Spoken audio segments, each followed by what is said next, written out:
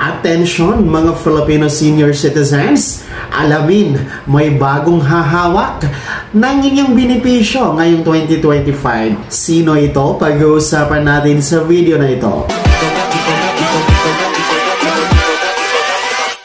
Hold up.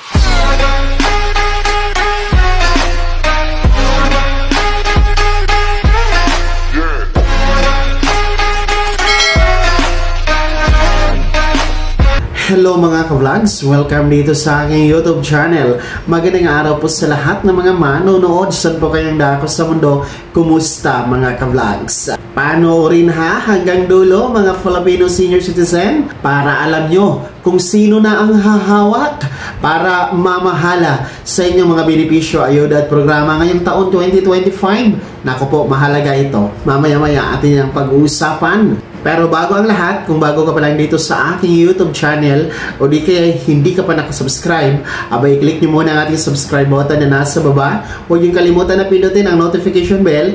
Ilagay nyo po sa all para naman updated kayo sa lahat ng mga videos na aking i-upload. Eto na mga Filipino senior citizen, ngayong 2025 may bagong mamamahala. May bagong manguna sa pagpapa-implement at pagbibigay ng ayuda, programa at benepisyo para sa inyo mga senior citizen. At ito nga ay walang iba ang National Commission of Senior Citizens or NCSC. Sa mga hindi pa po nakakaalam ng mga senior citizen, itong NCSC ay pinaka-bagong ahensya ng gobyerno. Nilikha po ito noong 2018 pa. Ito ay nasa ilalim ng pamamahala ng opisina ng Presidente ng Pilipinas. Ang layunin po ng paglikha ng National Commission of Senior Citizens or NCSC ay para mamahala, manguna at tumugon sa mga ayuda, benepisyo at programa na nakalaan para sa mga senior citizens. Noon po kasi, no, at hanggang ngayon ay ang DSWD po or ang Department of Social Workers and Development ang siyang namamahala sa lahat ng benepisyo para sa mga seniors. So sa lawak po ng hawak na responsibilidad nitong DSWD ay kaya po nilikha itong NCSC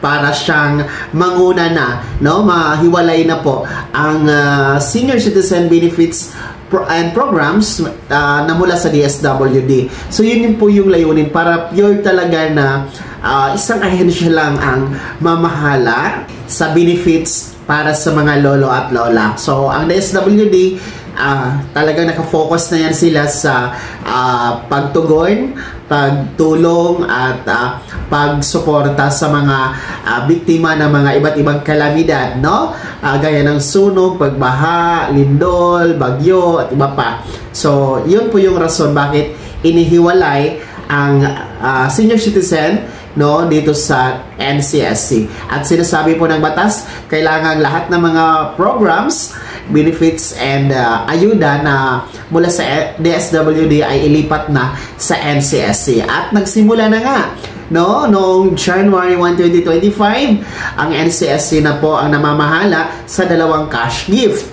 At yan po ay ang centenarian cash gift, no, na magbibigay ng 100,000 pesos cash gift sa mga aabot sa edad na 100 years old pataas. Noon kasi si DSWD ang namamahalan niyan and sa DSWD kayo mag-a-apply. Pero ngayon, starting noong January 1, 2025, kung meron kayong kakilala, kapamilya na merong edad po na 100 years old pataas, no, at hindi pa nakapag-apply ng cash gift na 100,000 pesos, ay sa NCSC na po yan i-apply through OSCA office na nasa LGU ninyo mga ka-vlogs. And pangalawa, itong Expanded Centenarian Act cash benefit na nagkakahalaga po ng 10,000 pesos si NCSC na po ang mamamahala din po, no? At nagsimula na po noong January 1 din, no? Kasabay ng Centenarian cash gift. So kung kayo po ay umabot sa or nasa milestone na edad na 80, 85, 90 at 95 years old na siyang sinasabi po ng Expanded Centenarian Act ay pwede kayo maka-apply, no, sa NCSC sa pamamagitan sa OSCA na nasa munisipyo or city hall nyo din po, mga lolo at lola. So yan po ay paunang programa, benepisyo at ayuda na meron po ang NCSC para sa mga lolo at lola. Yung ating social pension, yung para sa mga indigent na 1,000 pesos pension monthly na tinatanggap, sa ngayon ang DSWD pa ang namamahala, no? Sila pa ang nagmamanage sa payout, no? Sa kanila pa yung pondo. Pero aasahan natin ang transition yan, malilipat na yan sa NCSC. So talagang walang nang maiiwan sa DSWD dahil sinasabi po yan ng batas na kailangan ang NCSC na ang mamamahala sa lahat talaga, no? Para sa mga senior citizens.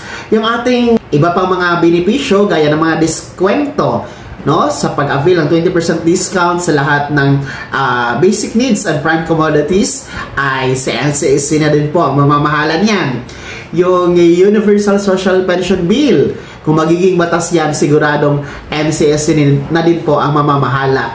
So talagang kinakailangan talaga na malalaman nyo yung core value, yung mission and vision nitong NCSC, no, para aware kayo kung ano ba ang mandato nito, no, kung para saan at ano ang mga programa na nakalaan dito sa NCSC para sa mga lola at lola. Kaya mahalaga po, no, na magparehistro kayo sa database ng NCSC. Ang website po ay ang www.ncsc.gov.ph. No, sa ngayon po nasa mahigit 7 million na, no, 7.4 million na ang nasa database ng NCSC. Ibig sabihin, ako po, milyon-milyon na ang nakarehistro dyan. Baka hindi pa kayo nakasama dyan, no? Huwag nang magpahuli pa, ha? Magrehistro kayo.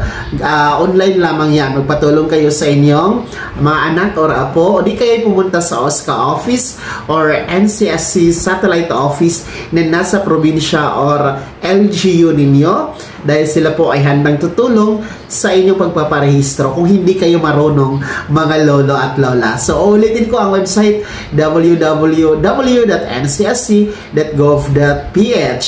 Ang mga nakarehistro dyan, siguradong maaambunan, makakasama, makakasali sa mga ayuda, pensyon, programa at benepisyo na meron po ang NCSC para sa mga lolo at lola. Ulitin ko ha, mga Filipino senior citizens, ang bagong mamamahala sa inyo, ang bagong mangunguna sa pagbibigay ng ayuda, programa at benepisyo ngayong 2025, walang iba kundi ang National Commission of Senior Citizens or NCSC. Ito ay pinangunahan ngayon ng OIC Chairman na si Dr. Mary Jean Loreche. Kaya naman, mga lola at lola, ano ang komento at reaksyon ninyo sa balitang ito? Komento nyo na sa comment section na nasa baba. Pakilakip ng buong pangalan at kung taga saan kayo. Bago ako magtapos sa video na to, kung gusto nyo po sumuporta sa aking YouTube channel, maaari nyo pong i-click ang ating super thanks button na nasa baba. Sa mga gusto maging miyembro, pwede po i-click nyo po ang ating join button. Maraming perks dyan, mga ka-vlogs. Be my member now. Sana'y naging gabay ang video na to kahit paano na pag-uusapan natin ang mga mahalagang bagay-bagay na may kinalaman sa ayuda, programa at benepisyo ng mga senior citizen. Kung hindi ka pa nag-subscribe dito sa aking YouTube channel, maaari nyo na i-click ang ating subscribe button na nasa baba. At huwag nyo kalimutan na pindutin ang notification bell. Ilagay niyo po sa all para naman updated kayo sa lahat ng mga videos na aking i-upload.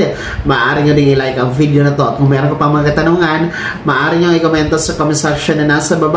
Paki-follow na din po ang aking official Facebook page na nasa screen nyo. Muli po, ako si Daniel Timpawa na nagsasabing dito sa aking YouTube channel, pamang katotohanan at lahat totoo lamang.